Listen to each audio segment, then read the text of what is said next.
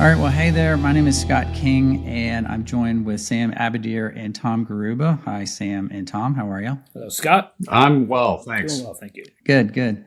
Hey, today we're going to talk about third-party risk and compliance, and then how AI can either influence or maybe scare you, like cause some fear, maybe some uncertainty of where it's going to be in your organization.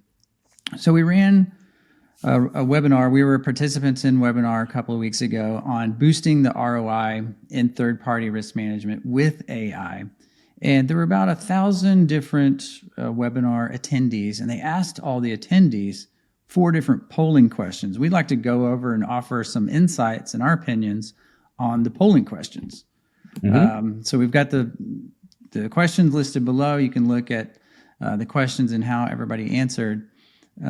Sam, the first question was, what is the main use for AI in your third-party risk management program? And the choices, this was a multiple choice question. They offered vendor risk tiering, contract due diligence, ongoing monitoring, and then the third one, which unfortunately was the most popular, was I don't use AI at all yet. So Sam, why do you think people don't use it yet, or did they just answer this way? What do you think was going on in a risk professional's head? I think it's a complex bunch of things. I think it's a bunch of things that's going on, right? I mean, ChatGPT really kind of broke open the scene for AI within the business place and for kind of everyday users just about a year ago, maybe just a little bit over a year ago. And before that, when we hear about AI, we hear about, finding novel medicines for really rare diseases and, being able to do basically magic, right? And I think that for the past, at least for the first 6 months of last year, people were thinking, what kind of magic can I do with AI? And of course, AI isn't magic, AI is math.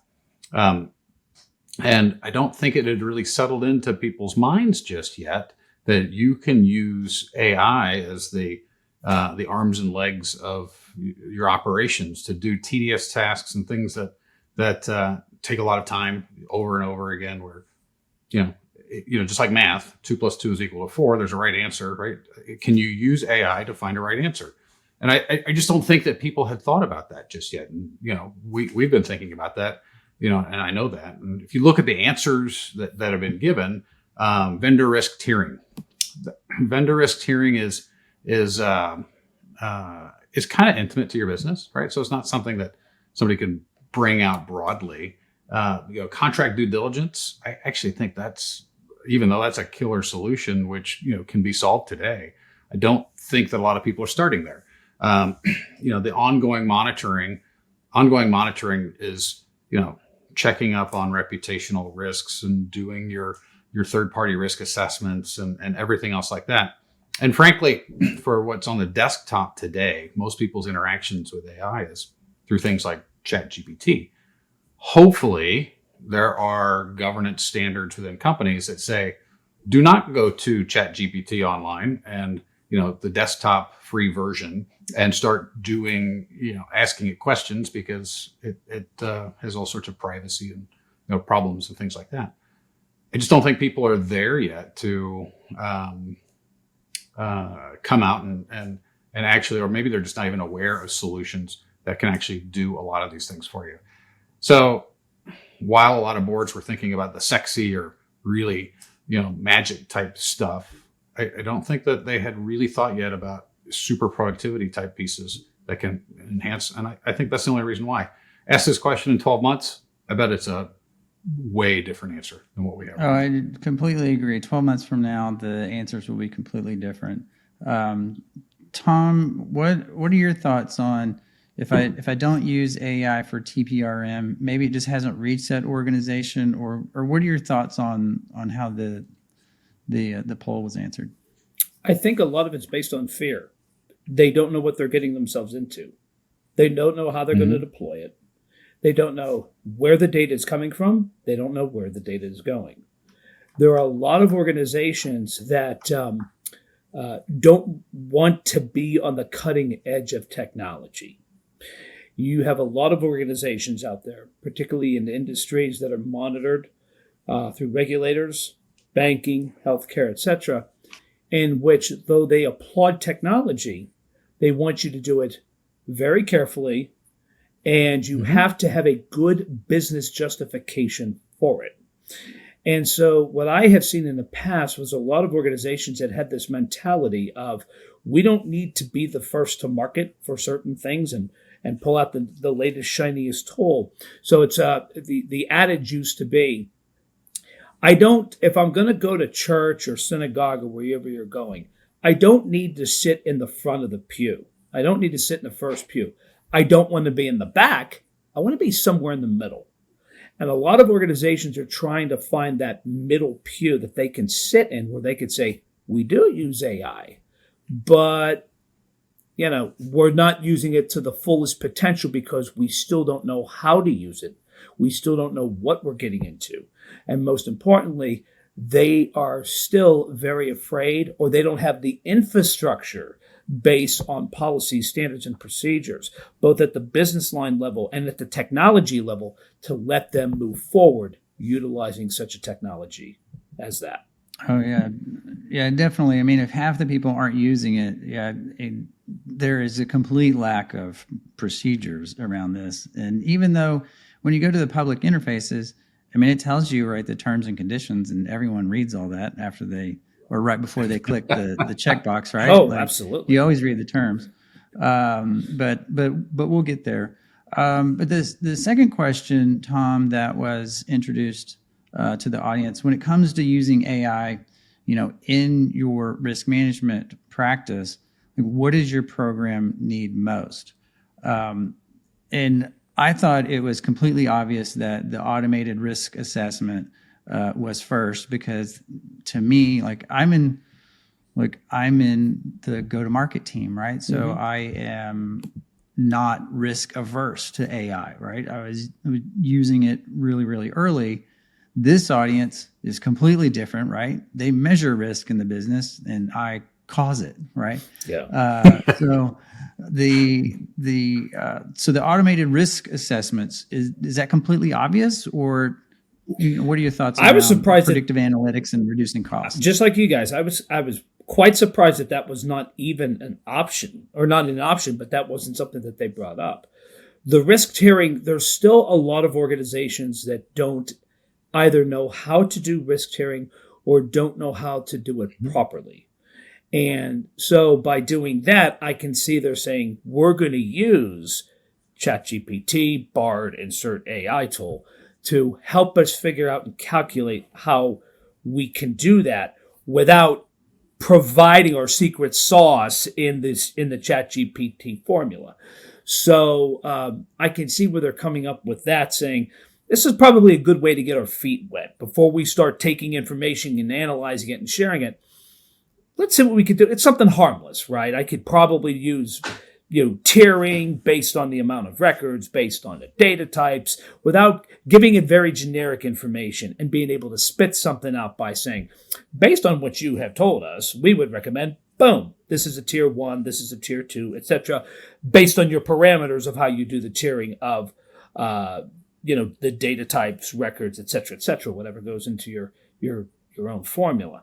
So I can see that. But yeah, I have to admit, I was kind of surprised not seeing, doing the comparative analysis of a questionnaire to your questionnaire of tolerance.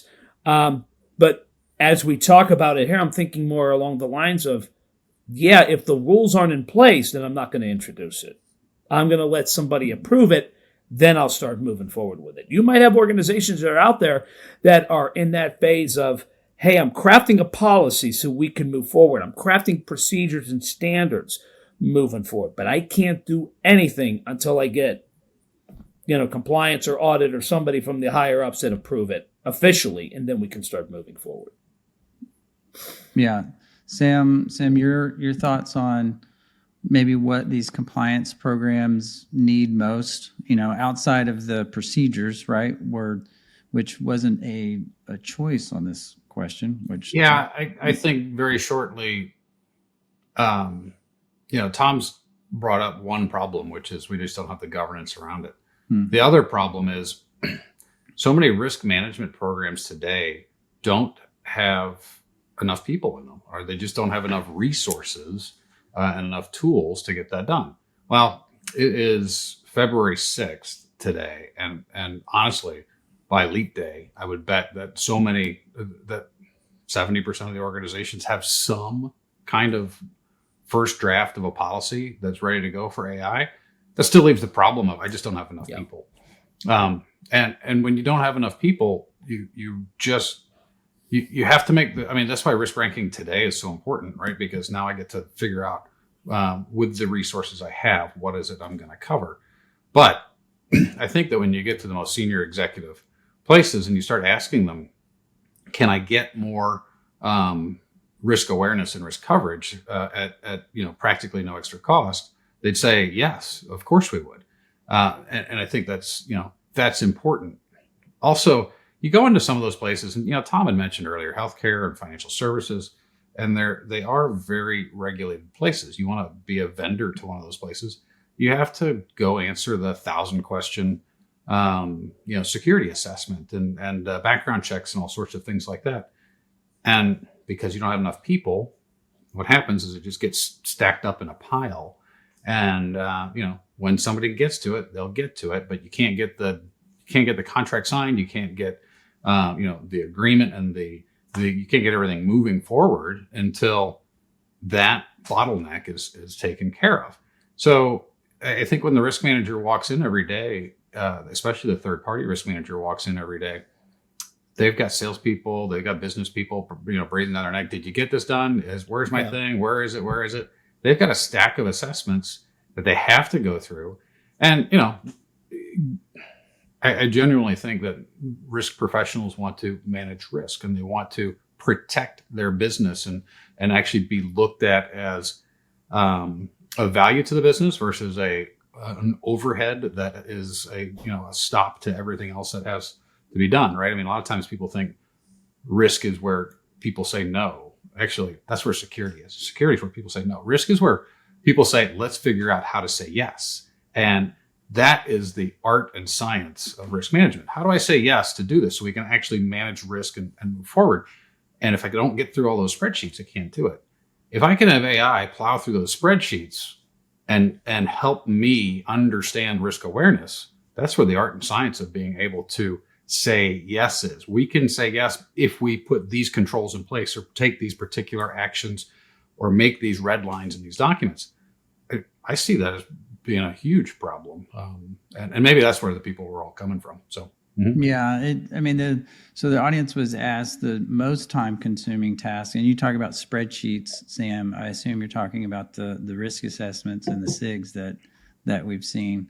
But most people said that is the most time consuming, right? But then you said they don't have enough people. So is it just kind of the historical mindset that I don't know what the AI can do, so I need a person to do it. And then how do I move that work from a person to software? That's where we're at, right? Yeah, no, it's all a good learning curve. And hopefully it's a steep learning curve. Hopefully in 3 months we have lots of people who are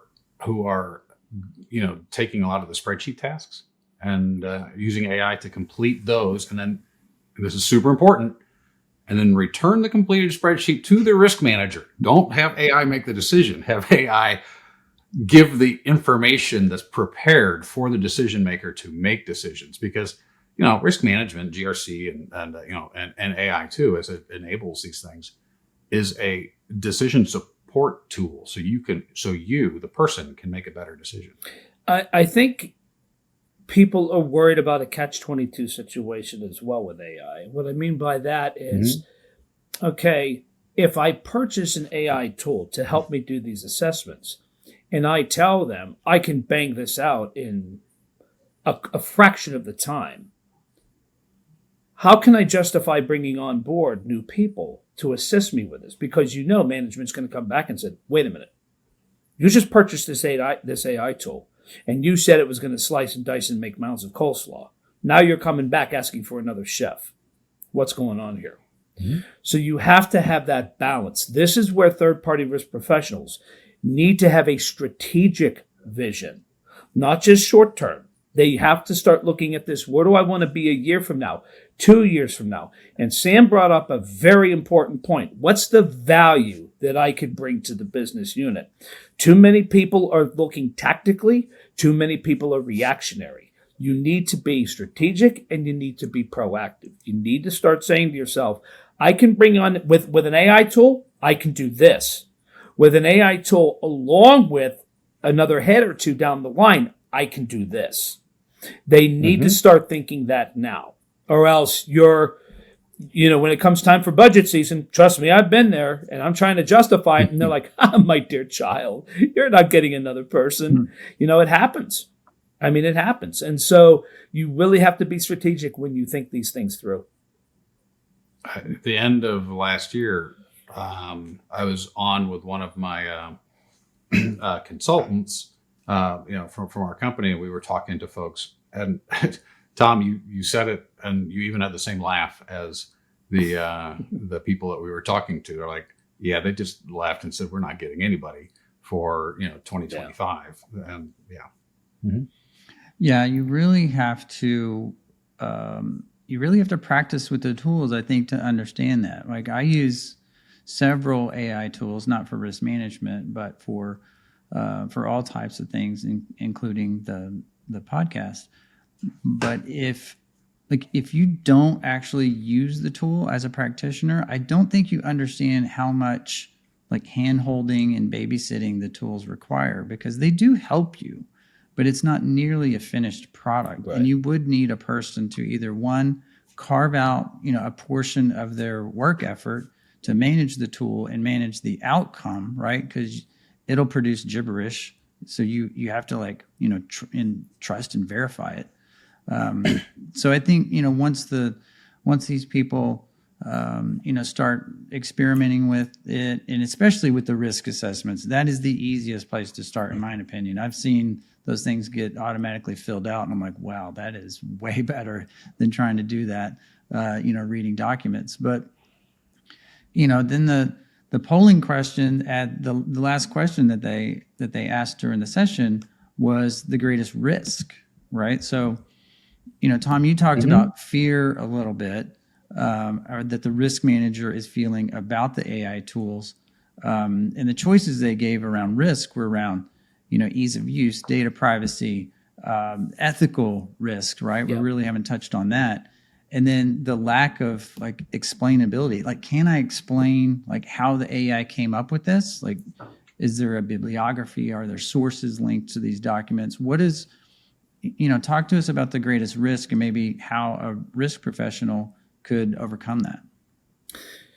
My interpretation of why data privacy was number one on that is because of the perils that you could actually put your organization along with yourself in if you're utilizing data that can inadvertently release any type of personally identifiable information.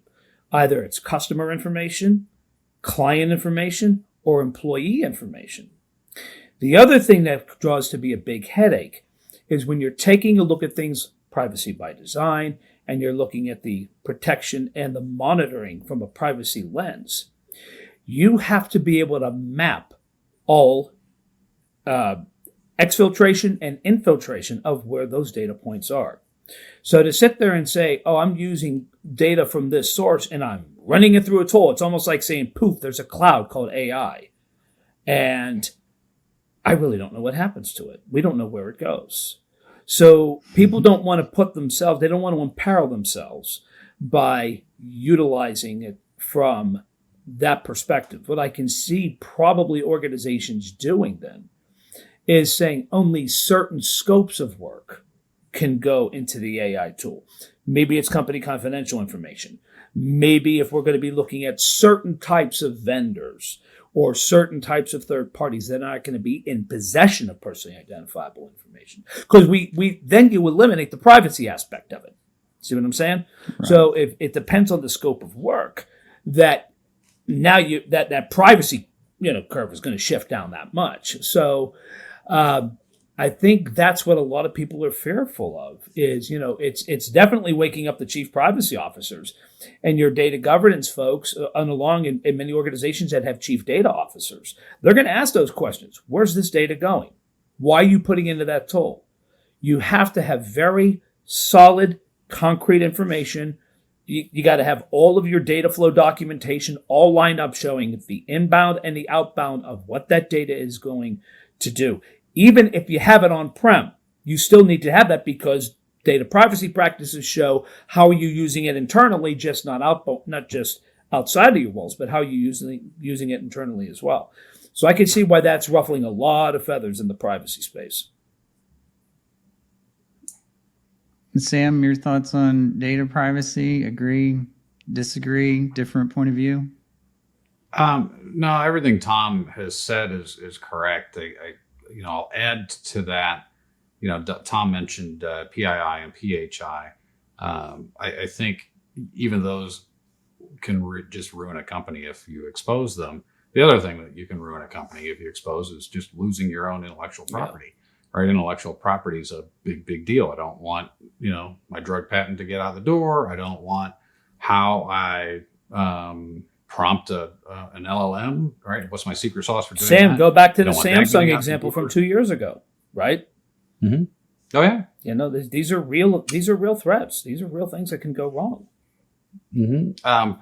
So it actually surprises me that every company today hasn't, and maybe this happens by that same February 29th date that I predicted earlier. I think that the acceptable use clause in everybody's, every company has an acceptable use policy. I have to imagine that going to openai.com or to, Copilot or whatever that is going to be put on people's I think we'll see that more is they're going to blacklist those IP addresses so you can't get to them. And they're going to make that against the acceptable use within your organization just to protect your data until companies can get a secure way that they can actually manage this type of stuff, right? And bring an AI platform into the organization itself that they can see, they can control, that they can monitor what data is going in, what's going out, to really enable those types of things that Tom was talking about earlier. So I agree with Tom. It's going to happen, but I think that by 2025 you'll see a lot of changes. Tom's talking about sitting in the middle of the pews or the middle of the church earlier.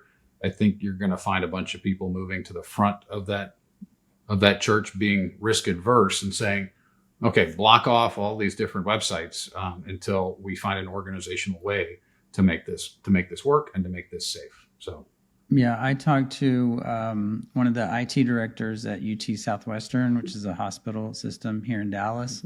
They completely just blocked the public access to the Gen AI tools because they didn't want anybody putting anything in there because of fear, right? Yeah. Like, hey, we don't know what what a doctor, a nurse, administrator, whoever, right?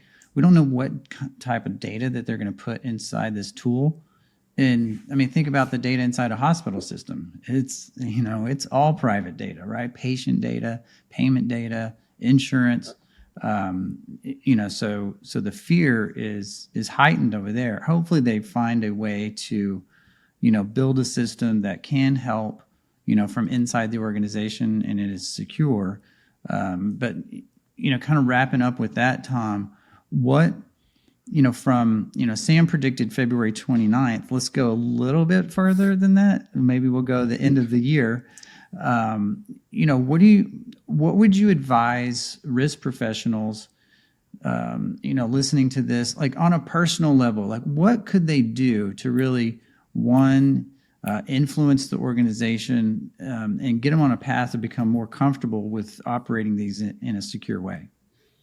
I would say, first off, it's always good to show that you're on top of what you're doing. And what I mean by that is if you could bring something either on-prem or in some type of private cloud, That way you're showing that this is ours. It's ours only.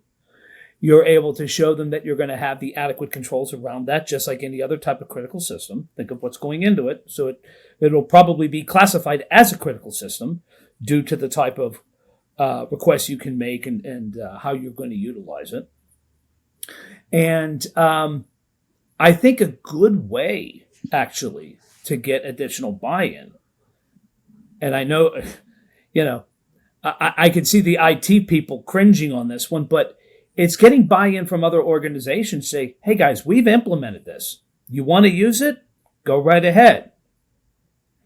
And by helping to get that buy-in, they too have ownership in it. So if any changes are going to be able that need to be made, it's not just you. You actually now have the ability to say, there's other business units that are relying off this platform. But you have to be able to sell it first, that it's secure.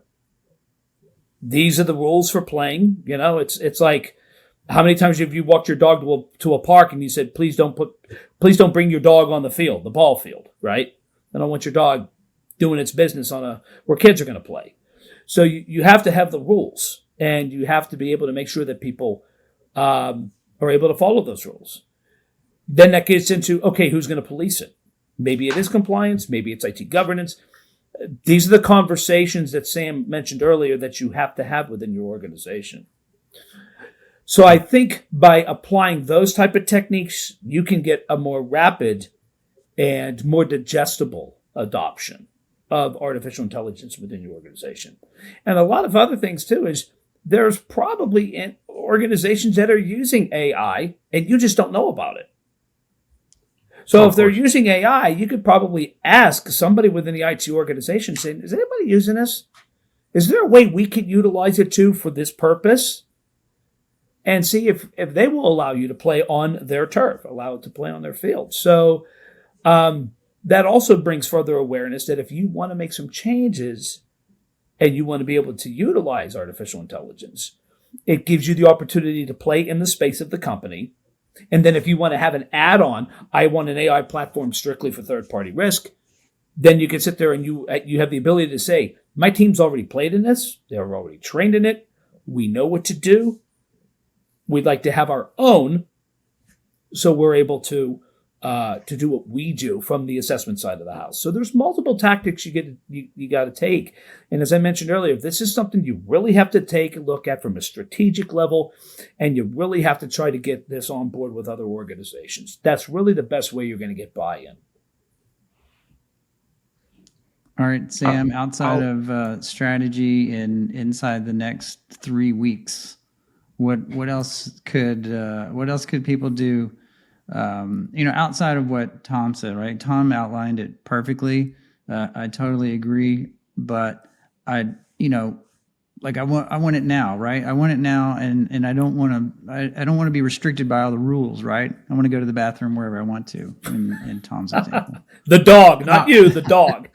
Okay. Well, okay. Little clarity there. Tom's on the right path with this, but I think there are probably a couple little complications in the way Tom said it. Like if somebody in my company is using AI and I don't know it, they're probably doing it for a very, very specific task. They probably implemented it using, it's 2024, so 2022 or 2021 technologies.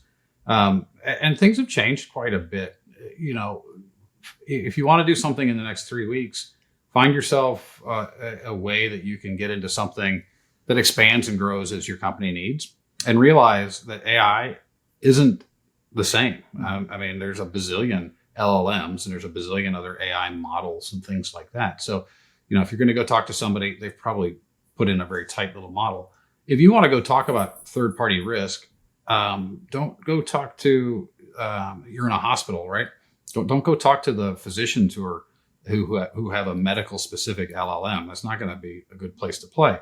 You're going to want a place that's flexible enough where some of your conversations can go this way, and those gatekeepers will be automatically enforced, right?